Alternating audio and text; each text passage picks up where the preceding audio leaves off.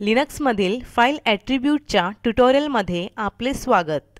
या ट्युटोरियलची पूर्वतयारी म्हणून example1, example2, example3, example4, example5 आणि टेस्टचाउन नामक रिकाम्या फाईल्स तयार करा. तसेच test_chown आणि डायरेक्टरी1 नामक रिकाम्या डिरेक्टरीज देखील बनवा. फाईल ॲट्रिब्यूट ही फाईल संबंधीची विशिष्ट माहिती असते, जिला मेटाडेटा असेही म्हणतात. फाईल ॲट्रिब्यूट्समध्ये फाईलची मालकी, फाईलचा प्रकार, ती वापरण्याच्या परमिशन्स इत्यादी गोष्टींचा समावेश होतो. chown कमांडचा वापर फाईल किंवा डिरेक्टरीची ओनरशिप बदलण्यासाठी होतो. ही एक ॲडमिन कमांड असून केवळ रूट यूझर फाईल किंवा डिरेक्टरीचा ओनर बदलू शकतो. chown space options space owner name space file name और डिरेक्टरी नेम हा chown कमांडचा सिंटॅक्स आहे. आपण chown कमांड सोबत पुढील पर्याय देऊ शकतो.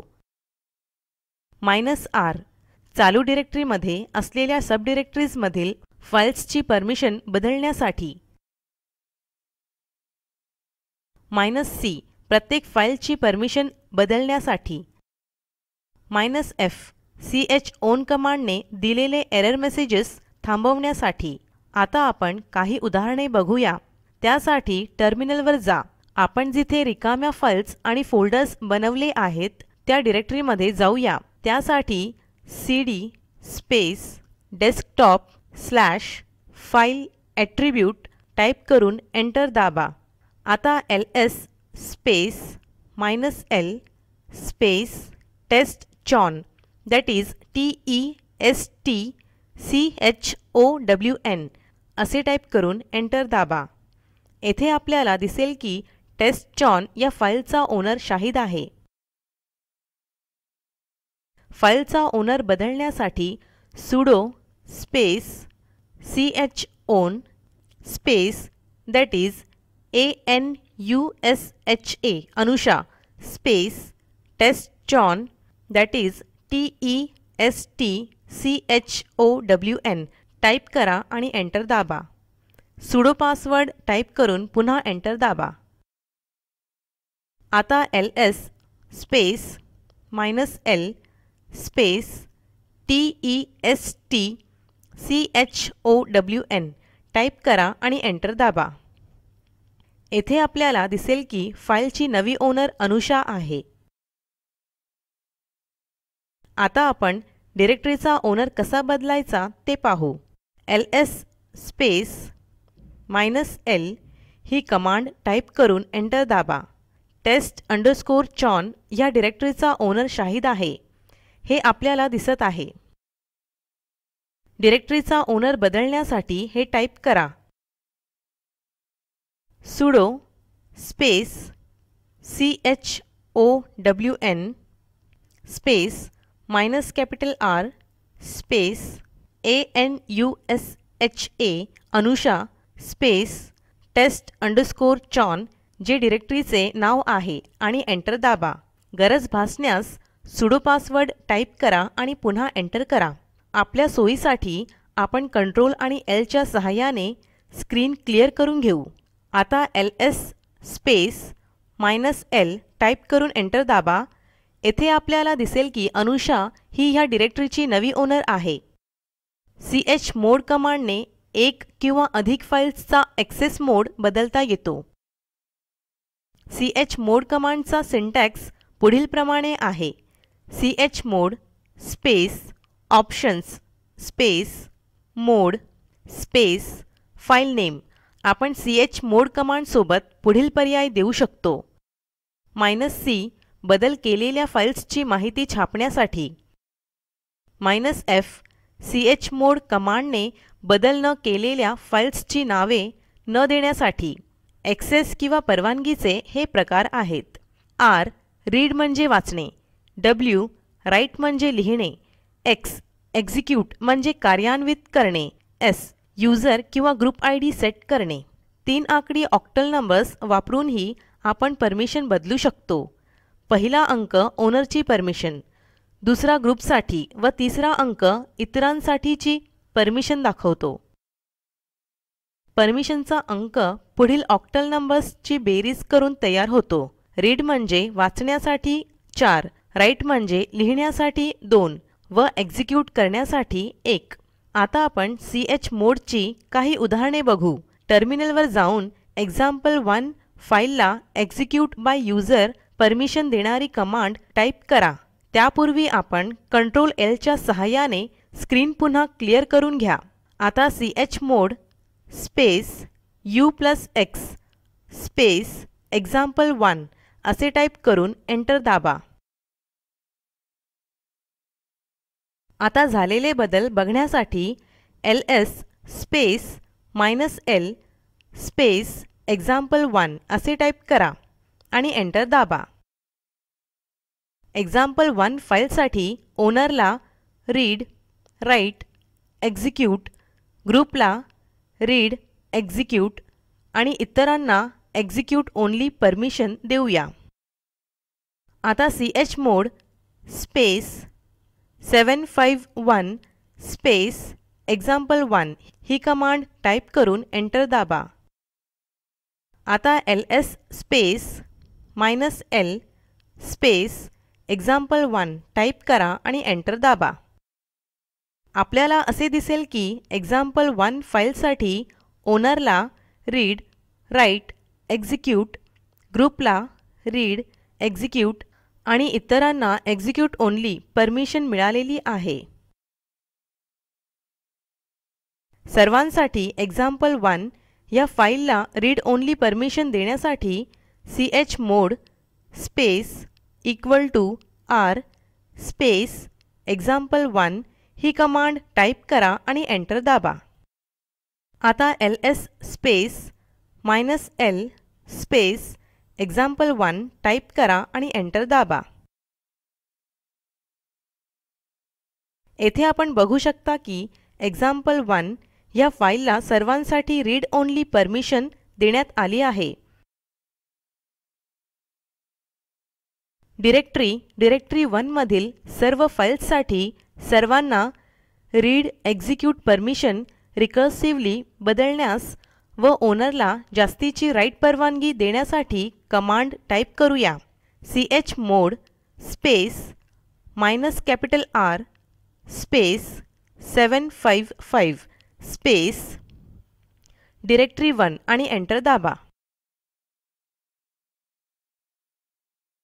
आता झालेले बदल बघण्यासाठी ls स्पेस -l टाईप करून एंटर दाबा. युजरला example2 ह्या फाईलची एक्झिक्यूट परमिशन देण्यासाठी chmod space u+x space example2 ही कमांड टाईप करून एंटर दाबा. आता ls space -l space example2 ही कमांड टाईप करून एंटर दाबा. येथे आपण बघू शकता की example2 साठी युजरला एक्झिक्यूट परमिशन दिली गेली आहे.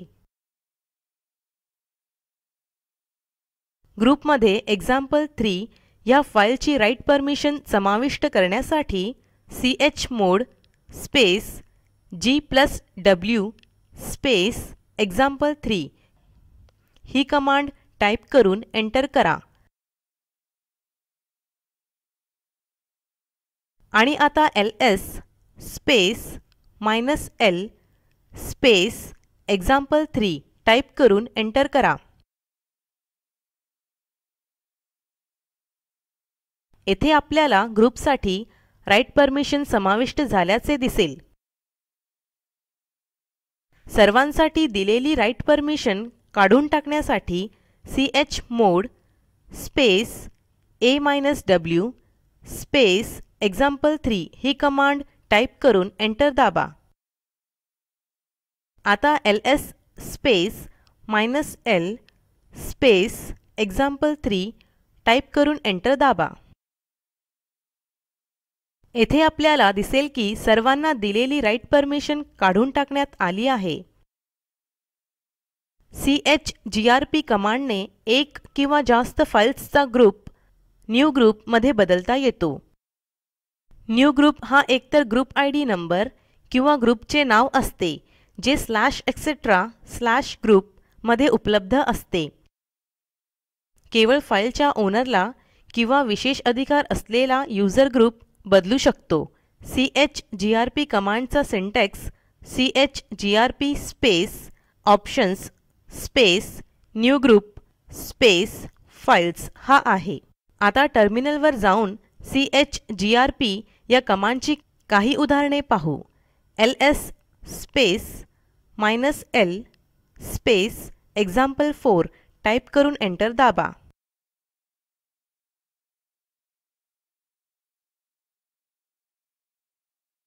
आपण बघू शकतो की शाहिद ह्या युजरला ग्रुप परमिशन आहे. ग्रुप परमिशन बदलण्यासाठी sudo space chgrp space Rohit space example4 type करा.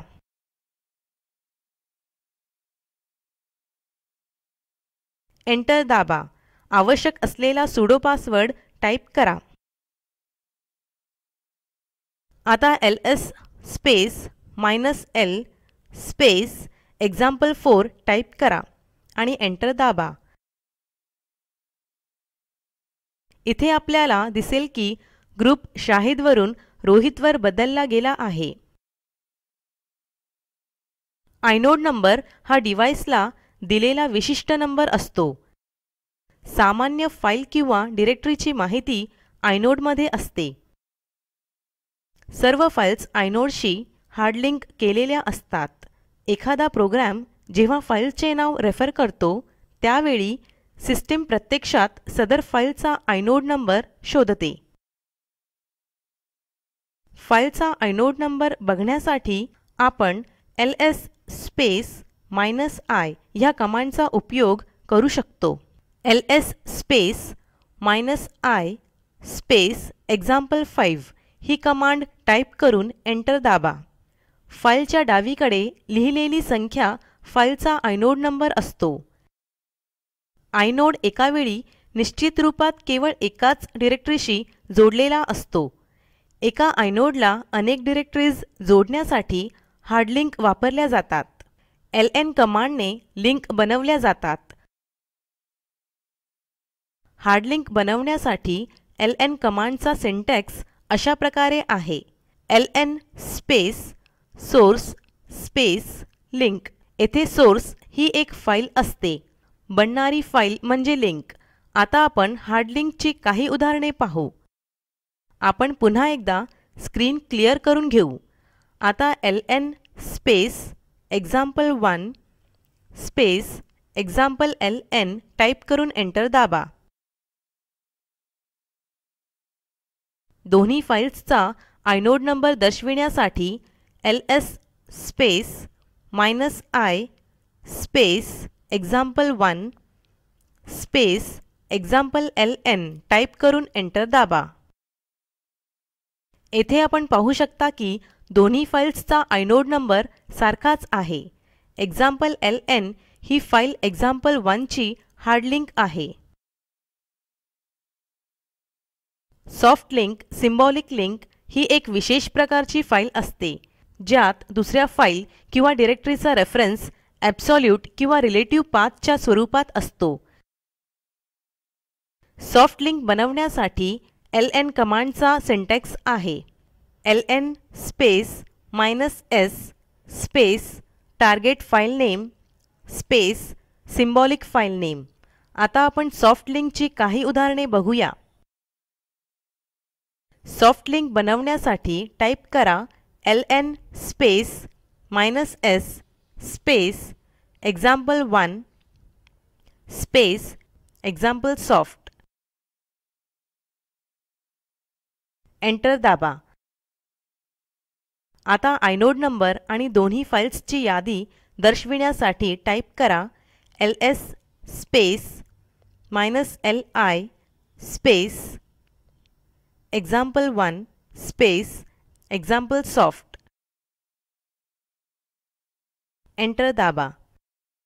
येथे आपण बघू शकतो की दोन्ही फाईल्सचा आयनोड नंबर वेगवेगळा आहे आणि example-soft ही example1 ची सॉफ्ट लिंक आहे. अशा प्रकारे आपण लिनक्स फाईल ॲट्रिब्यूट मध्ये शिकलो की फाईलची परमिशन, ओनरशिप, ग्रुप बदलणे. तसेच आपण आयनोड, सॉफ्ट आणि हार्ड लिंक बद्दलही शिकलो. आपण ह्या ट्युटोरियलच्या अंतिम टप्प्यात आलो आहोत. स्पोकन ट्युटोरियल प्रोजेक्ट हे टॉक टू टीचर या प्रोजेक्टचा भाग आहे. यासाठी अर्थसहाय्य national mission on education through ICT MHRD government of India यांच्याकडून मिळालेले आहे. यासंबंधी माहिती पुढील साईटवर उपलब्ध आहे. ह्या ट्युटोरियलचे भाषांतर मनाली रानडे यांनी केले असून मी रंजना भांबळे आपला निरोप घेते. सहभागासाठी धन्यवाद.